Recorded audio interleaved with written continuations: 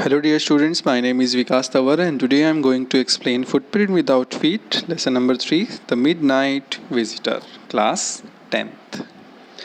Okay, The Midnight Visitor. इसमें क्या होता है? There are three main characters. First is Ozable, second one is Max and third one is Fowler. Alright? मैंने इसका introduction अपनी last video में दिया था आपको. आइए इसको पढ़ते हैं line by line. Ozable did not fit any description of a secret agent Fowler had ever read. अब जो Ozable होता है ना, उसका जो डिस्क्रिप्शन है, मतलब उसकी जो शरीर की बनावट है, वो जैसा दिखाई देता है, वो एक सीक्रेट एजेंट की तरह दिखाई नहीं देता है. फॉलर ऐसा कुछ उसके बारे में सोचता है. फॉलर उसका दोस्त होता है. Following him down the musty corridor of a gloomy French hotel where Ozable had a room, Fowler felt let down. अब फॉलर काफ़ी परेशान हो जाता है, काफ़ी उदास दिखाई देता है वो. क्यों? क्योंकि वो ओजेबल के रूम में जाता है और फॉलो करता है उसको. कहाँ पर? द मस्टी कॉरिडोर, मतलब जो सीलनदार कॉरिडोर होता है और जो ग्लूमी फ्रेंच होटल वहाँ पर है, मतलब निराशाजनक एक फ्रेंच होटल है वहाँ पे. तो फॉलर काफ़ी परेशान हो जाता है, लेट डाउन दिखाई देता है. It was a small room, क्योंकि वो एक छोटा सा रूम था. On the 6th and top floor, जो छठी फ्लोर पर था, टॉप फ्लोर था जिसको जो कि माना जाता था वहाँ का, मतलब लास्ट फ्लोर था वो. And scarcely A setting for a romantic adventure, और मुश्किल से ऐसा ही, मतलब एक ऐसा रोमांटिक जो एडवेंचर होते हैं जो, ठीक है, वो ऐसा कुछ दिखाई नहीं देता था वो. ठीक है. Ogilvy was for one thing fat. अब ऑजिबल सबसे पहले तो क्या था, वो मोटा था. वेरी फैट, बहुत ज़्यादा मोटा था. And then there was his accent, और फिर आती है उसकी जो एक्सेंट है, बोलने का जो तरीका है, वो भी थोड़ा सा अजीब सा ही था. Though he spoke French and German possibly मतलब काम चलाओ ढंग से. ठीक है, फ्रेंच और जर्मन वो काम चलाओ ढंग से बोल सकता था.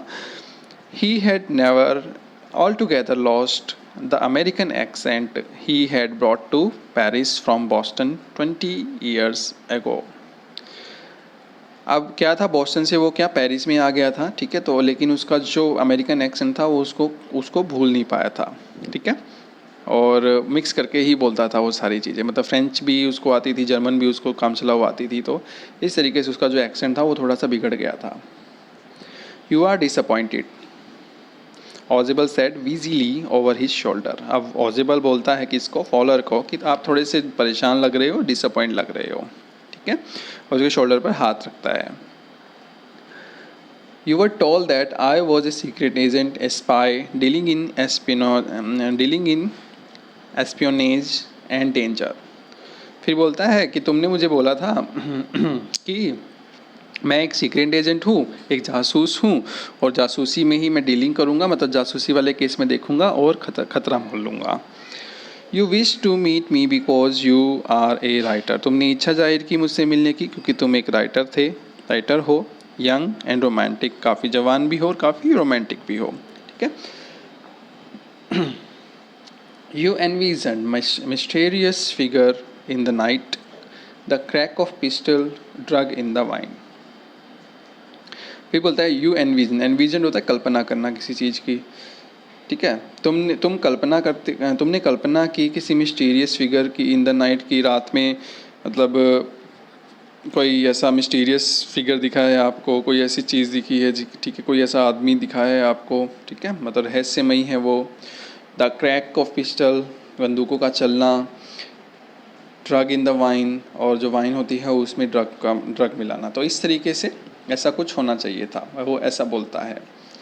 Instead, you have spent a dull evening in a French music hall with a sloppy fat man who, instead of having messages slipped into his hand by dark-eyed beauties, get only a prosaic telephone call, making an appointment in his room. और फिर बोलता है कि ऐसी चीज़ें तो नहीं हुई हैं, लेकिन ऐसी चीज़ें ज़रूर हो रही हैं कि एक हम बुरी सी इवनिंग, एक डल इवनिंग, काफ़ी बोरिंग इवनिंग को हमने कहाँ बिताया है, फ्रेंच म्यूज़िक हॉल में हम बिता रहे हैं. ए स्लॉपी फैट मैन, किसके साथ, एक ऐसा लापरवाह, स्लॉपी मतलब लापरवाह एक आदमी के साथ, आप मोटे आदमी के साथ मैं बिता रहा हूँ. और instead of having messages slipped into his hand by dark-eyed beauties, get only a prosaic telephone call, making an appointment in his room, और बोलता है ऐसे कि अपने कमरे में अपॉइंटमेंट फिक्स करते हैं, मिलते हैं, और मतलब कुछ ऐसी कुछ अजीब सी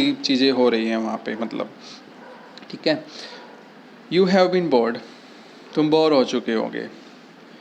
The fat man chuckled to himself as he unlocked the door of his room and stood aside to let his frustrated guest enter. जो मोटा आदमी होता है वो चक्कर मतलब दबी हुई हंसी में हंसता है अपने आप में ही, और वो दरवाजे को क्या कर देता है, बंद कर देता है, और जो अपना उसका जो फ्रेंड होता है, विजिटर होता है, वो उसको अंदर ले आता है।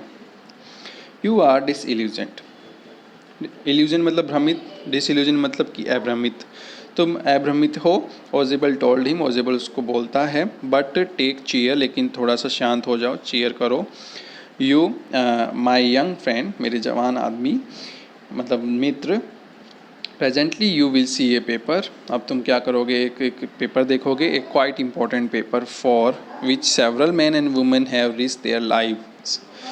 वो इतना इम्पोर्टेंट पेपर है कि कुछ मतलब सेवरल मैन एंड वुमेन मतलब बहुत सारे आदमी और औरतों ने क्या किया है, अपनी ज़िंदगी को दाव पर लगा दिया था इन चीज़ों के लिए। कम टू मी, मेरे साथ आओ। Some day soon that paper may will affect the course of history, और वो कहता है कि कुछ दिनों बाद जल्दी ही क्या होगा, ये पेपर क्या करेगा, हिस्ट्री मतलब जो हमारा जो हिस्ट्री है, इतिहास है, उसकी स्टडी करेगा, अध्ययन करेगा। In that thought is drama is there not, फिर वो बोलता है कि ये कोई मतलब ड्रामा नहीं है, ये ऐसा कुछ मतलब कोई ड्रामा नहीं चल रहा। As he spoke Ogilvy close the door behind him, जैसे वो बोलता है तो ओजेबल उसके पीछे क्या करता है, दरवाजे को बंद कर देता है। Then he switched on the light, जैसे वो लाइट ऑन करता है, and as the light came on, जैसे लाइट ऑन होती है, Fowler had his first authentic thrill of the day, जैसे लाइट ऑन होती है तो फॉलर का वो पहला एक ऐसा ऑथेंटिक मतलब असली और थ्रिल मतलब रोमांचक, एक रोमांचक दिन होता है फिर वो पहला। कैसे, for half way across the room, जैसे मतलब कि रूम का जो आधा रास्ता होता है वहाँ पर, a small authentic pistol in his hand stood a man, एक असली स्मॉल ऑटोमेटिक पिस्टल मतलब एक बंदूक होती है किसी आदमी के हाथ में, और वो वहाँ पर खड़ा होता है। ओजेबल ब्लिंक्ड ए फ्यू टाइम्स, अब ओजेबल अपनी पलकें थोड़े टाइम के लिए झपकाता है, मतलब पलकें झपकाता है अपनी। मैक्स ही वीज्ड, और ओजेबल घुराता है। मैक्स बोलता है, मैक्स मतलब वो आदमी जिसके हाथ में गन है, वो कौन था, ये वाला, ये तो इसके हाथ में जो गन है वो मैक्स है, ठीक है। You gave me quite a start, अब मतलब तुमने मुझे मतलब थोड़ा सा डरा दिया, ऐसा कुछ बोल रहा था वो। I thought you were in Berlin, मुझे लगा कि तुम बर्लिन में हो। What are you doing here in my room, और कहता है कि मेरे रूम में तुम क्या कर रहे हो। फिर आगे कहता है मैक्स वॉज स्लेंडर, अब मैक्स की अपीयरेंस बता रहा है, मैक्स काफ़ी पतला था, a little less than tall मतलब थोड़ा ज़्यादा लंबा नहीं था वो, with features that suggested slightly the crafty, और उसके जो फीचर्स थे वो ऐसा कुछ क्राफ्टी सा दिखाई दे रहा था, कपटी दुष्ट दिखाई दे रहा था। Pointed countenance of a fox, अब मतलब कि उसका जो फॉक्स था, जैसे उसके जो मुंह था वो लोमड़ी की तरह ऐसा कुछ दिखाई दे रहा था। देर वॉज अबाउट हिम, मतलब यही सिर्फ उसके बारे में ऐसा कुछ था। Aside from the gun, gun के अलावा नथिंग स्पेशली मेनेंसिंग, उसमें ऐसा कुछ खास तौर पर डरावना नहीं था। मेनेंसिंग मतलब डरावना। द रिपोर्ट ही मर्मर्ड, उसने पूछा द रिपोर्ट, वो ऐसे मरमर कर रहा था, बड़बड़ा रहा था। The report that is being brought to you tonight, वो रिपोर्ट जो आज तुम रात लाने वाले थे। कंसर्निंग सम न्यू मिसाइल, जो किसके बारे में है, मिसाइल्स के बारे में, ऐसे अस्त्र होते हैं उनके बारे में है। I thought I would take it from you, मुझे लगा कि मैं तुमसे वो चीज़ ले लेता हूँ। It will be safer in my hand than in yours, ये मेरे हाथ में काफ़ी सेफ रहेगी तुम्हारे हाथों से ज़्यादा। Okay, so this was the first part of the Midnight Visitor lesson number 3 in Footprint Without Feet. I will explain the lesson number 3 part 2 in my next video. I hope you all have understood. Thank you so much.